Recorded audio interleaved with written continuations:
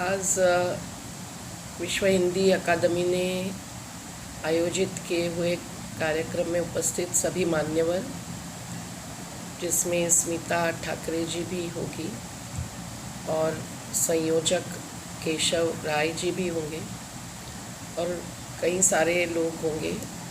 और महिला दिवस के पूर्व संध्या पर आयोजित कार्यक्रम होते हुए महिलाएं ज़रूर होगी। हमारे बस्ती की सशक्त सक्रिय महिला प्रतिनिधि भी हाजिर है। आप सब लोगों को मेरा एक ज़ोरदार जिंदाबाद और महिला दिवस की सदिच्छाएं। साथियों, मैं आज आपके बीच में उपस्थित रहना ज़रूरी था, लेकिन नहीं रह सकूं क्योंकि आज मैं क्वारंटाइन में हूँ और कोरोना के प्रभाव से जो मुझ पर लॉकडाउन के दौरान भी नहीं हुआ, इतने सारे जगह पर इतना सारा कार्य करते हुए भी, लेकिन अब अचानक मुझे रुकना ही पड़ा है, जैसे रिपोर्ट ने और डॉक्टर्स ने आग्रह से बताया है। खैर, आज इसीलिए मैं आपकी माफ़ी चाहती हूँ कि आपके बीच में आकर आपसे जो संवाद करने का मौका था वो मैं नहीं ले पाई। लेकिन ये कार्यक्रम बहुत महत्वपूर्ण है। विश्व हिंदी अकादमी ने देश नहीं दुनिया भर के हिंदी को समृद्ध करने वाले विविध लेखक, कलाकार ही एक प्रकार से, पर साहित्यिक और योगदानकर्ता एकत्रित लाने का बड़ा काम किया है, जो मैंने केवल फ़ोटोज़ और रिपोर्ट्स के आधार पर जान लिया है।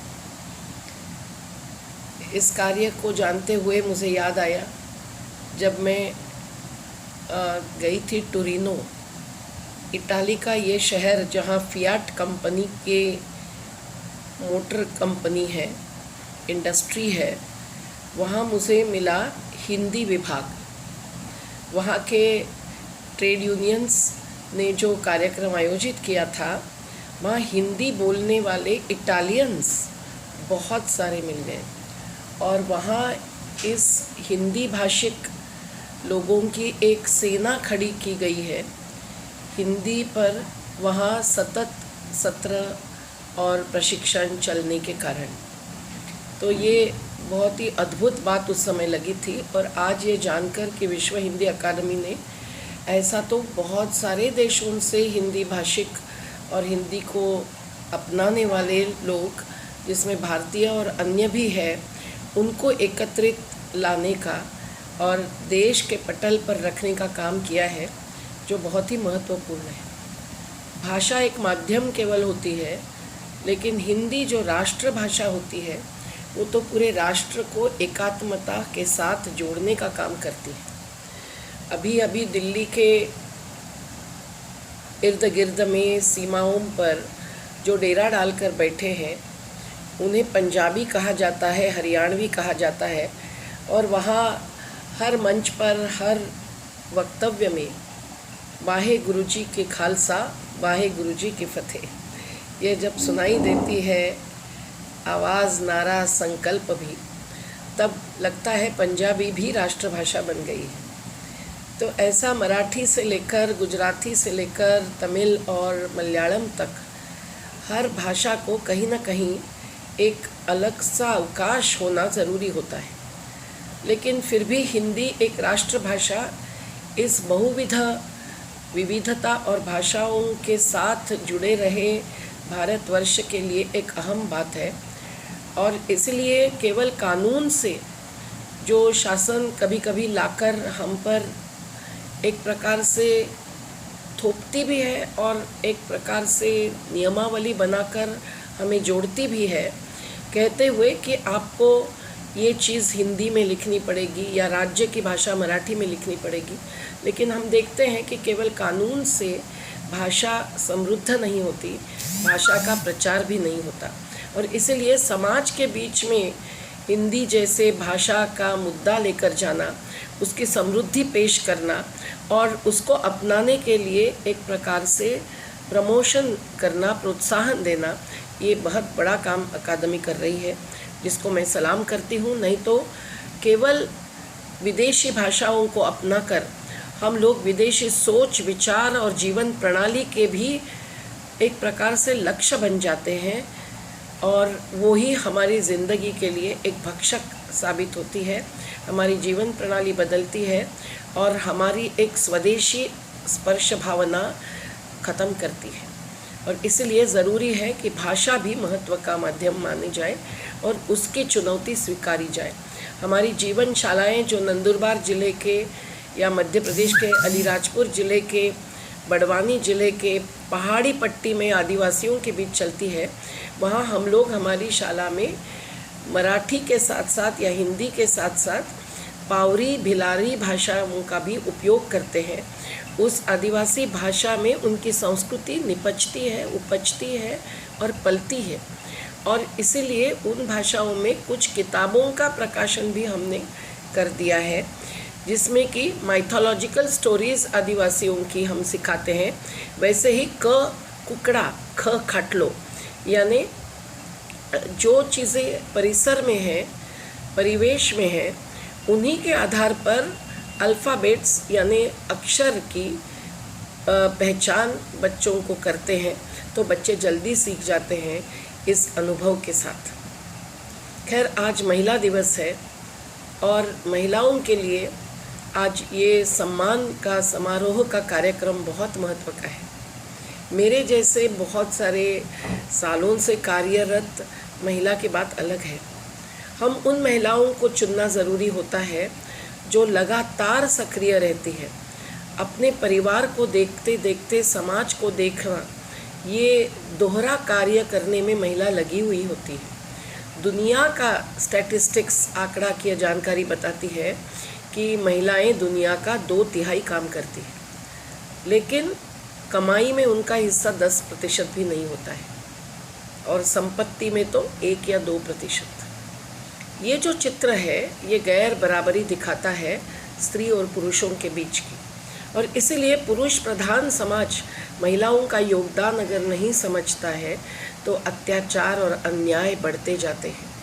स्त्री पुरुष की समता और समानता, इसमें फ़र्क है। समता सामाजिक, आर्थिक, राजनीतिक भी होनी चाहिए और होती है। हमारा संविधान अपनी प्रस्तावना में ही यह बात बताता है। लेकिन कैसे होता है समता का आविष्कार? आज उत्तर प्रदेश जैसे राज्य में विशेषतः जो मनुवादी और जातिवादी विचारधारा फैली है, उसी का नतीजा है कि न केवल हाथरस में, जहां हमने फैक्ट फाइंडिंग किया तो धक्कादायक खबर सामने आई, लेकिन अलीगढ़ में, आज़मगढ़ में, हर जगह जगह बार बार हो रहे हैं। उन्नाव में ऐसे अत्याचार की देखा नहीं जाता। पर ये केवल एक राज्य तक सीमित नहीं है, हर राज्य में आज ये बढ़ती संख्या जो है महिलाओं पर अत्याचार की, वो एक बाजू आधुनिकता अपनाने का दावा करने वाले राष्ट्र के लिए शर्मनाक बात है। और इसे अगर परिवर्तन की ओर ले जाना है, इस स्थिति को बदलना है, तो हम लोगों को सामाजिक, आर्थिक और राजनीतिक तीनों दृष्टि से महिलाओं को सशक्त बनाना पड़ेगा। पर महिलाओं का सशक्तिकरण केवल नहीं चलेगा, पुरुषों का सशक्तिकरण ज़रूरी है। और वो सशक्तिकरण सक्षमीकरण में है। महिलाओं का सक्षमीकरण है महिलाओं के हाथ में आजीविका का साधन रहना, महिलाओं का हर सामाजिक निर्णय और उसके अमल में कार्यभाग, सहभाग ले लेना, महिलाओं को राजनीतिक स्तर पर भी अपना योगदान देने का मौका मिलना। इसका मतलब केवल चुनावी राजनीति में नहीं, तो जो संघर्ष महिला अपने आवाज़ के लिए करती है, जिसकी प्रतिनिधित्व करते हुए हमारी पूनम, हमारी मायाताई, हमारी नेहाताई, हमारी सुशीला बहन, ये सब आपके सामने आज आए हुए हैं। हमारी शांताबाई पारधी समाज से हैं, जो बहुत ही आक्रोशित रहती है अपना हर अधिकार पाने के लिए, चाहे वो पानी का हो, चाहे वो राशन का हो। तो ये महिलाओं की राजनीतिक सोच है जो महिलाओं के अधिकार को, संवैधानिक अधिकार बुनियादी अधिकार जीने के अधिकार से जोड़कर पाने के लिए संघर्ष करती है। ये है निर्दलीय गैर चुनावी राजनीति। और इसीलिए जन आंदोलनों के संघर्ष के द्वारा ही नए नए कानून बनते हैं। महाराष्ट्र में डोमेस्टिक वर्कर्स एक्ट यानी घरेलू काम करने वाली महिलाओं के लिए कानून बना हुआ है, लेकिन क्या उस कानून को पूर्ण रूप से अमल आने के लिए हम सब लोग सक्रिय हैं? अगर नहीं है तो हम लोगों को ऐसे हर महिला श्रमिक को, न केवल घरेलू नौकरानी लेकिन हर क्षेत्र में काम करने वाली और विशेषतः जिसको असंगठित कहा जाता है, ऐसे महिलाओं को रजिस्ट्रेशन यानी नोंदणी तक पहुंचाना होगा। आज तो केंद्र सरकार 44 श्रमिकों के कानून रद्द करवा के वापस करवा के 3 किसान विरोधी कानून थोप रही है। किसानों में भी महिला किसान है, महिला खेत मजदूर है, महिला पशुपालक है, हमारी मछुआरा महिलाएं हैं।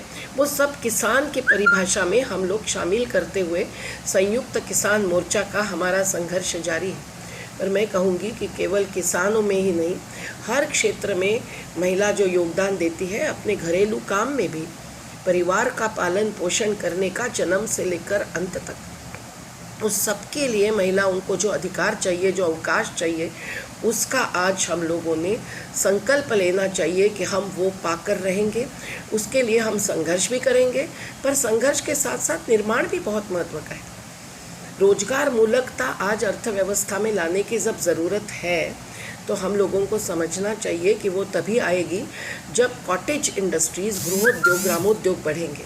और ऐसे उद्योगों की ज़रूरत आदिवासी क्षेत्र में जैसी है, दलित बस्तियों में जैसी है, वैसे हमारे मुंबई के हर गरीब बस्ती में है। जिन गरीब बस्तियों में मुंबई के करीबन 50 से 60% जनता रहती है, उन्हें हम केवल अनधिकृत या अतिक्रमण कहते हुए नकार नहीं सकते हैं।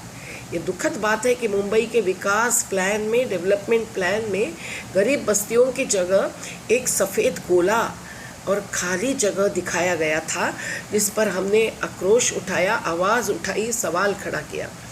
ये ज़रूरी है साथियों कि आज महिला दिवस पर हम लोग हर प्रकार का अन्याय ख़त्म करना और हर प्रकार का न्याय और अधिकार महिलाओं को देना, ये संकल्प लेकर ही सम्मान और समारोह स्वीकार करना चाहिए। मुझे विश्वास है कि स्मिता ठाकरे जी, जो आज राजनीति में भी एक प्रकार से अपना सहयोग दे रही है और सहभाग को आगे बढ़ाते हुए महिलाओं का ये दिवस मना रही है, तो केशव राय जी से लेकर हर कोई इस अकादमी का व्यक्ति इस महिलाओं का केवल एक दिवस में समारोह सम्मान करके नहीं रुकेगा, लेकिन आगे बढ़ेगा। महिलाओं का संगठन, महिलाओं की शक्ति, और उस शक्ति के आधार पर, न केवल जात पात और धर्म के आधार पर, महिलाओं का अपना अधिकार जताने की बात हो। इस अपेक्षा के साथ हमारे 5 महिलाओं का जो सम्मान आप लोगों ने करना मंजूर किया, तय किया, इसके लिए मैं आपको धन्यवाद देती हूँ। ऐसे और भी बहुत महिलाएं हैं, हमारी प्रेरणा ताई है, हमारी रेखा ताई है, और जिले जिले में महाराष्ट्र में हमारी सुनीति बहन है, हमारी अनीता पगारे हैं नासिक में, लेकिन मैं सबका नाम भी नहीं ले सकती हूँ। हमारी पूजा ताई है माहौल में। मैं इतना ही कहूँगी कि जिन महिलाओं ने सामाजिक दृष्टि से एक व्यापक सोच रखी है, केवल अपना परिवार और अपने अधिकार तक सीमित नहीं रखी है, उनको ही मैं मानती हूँ कि परिवर्तनवादी शक्ति का वो एहसास है, एक प्रतीक है। और इसीलिए इस समारोह के लिए, सम्मान के लिए मैं धन्यवाद देती हूँ घर बचाओ घर बनाओ आंदोलन की तरफ से, नर्मदा बचाओ आंदोलन की तरफ से, और हमारे इस तमाम जन आंदोलनों के राष्ट्रीय समन्वय की तरफ से। जिंदाबाद साथियों, आप और हम सब मिलकर आगे बढ़ेंगे ज़रूर। और महिला दिवस एक ही नहीं, हर दिवस महिला का सम्मान रखेगा, ये अपेक्षा और विश्वास व्यक्त करके मैं आपकी रजा लेती हूँ।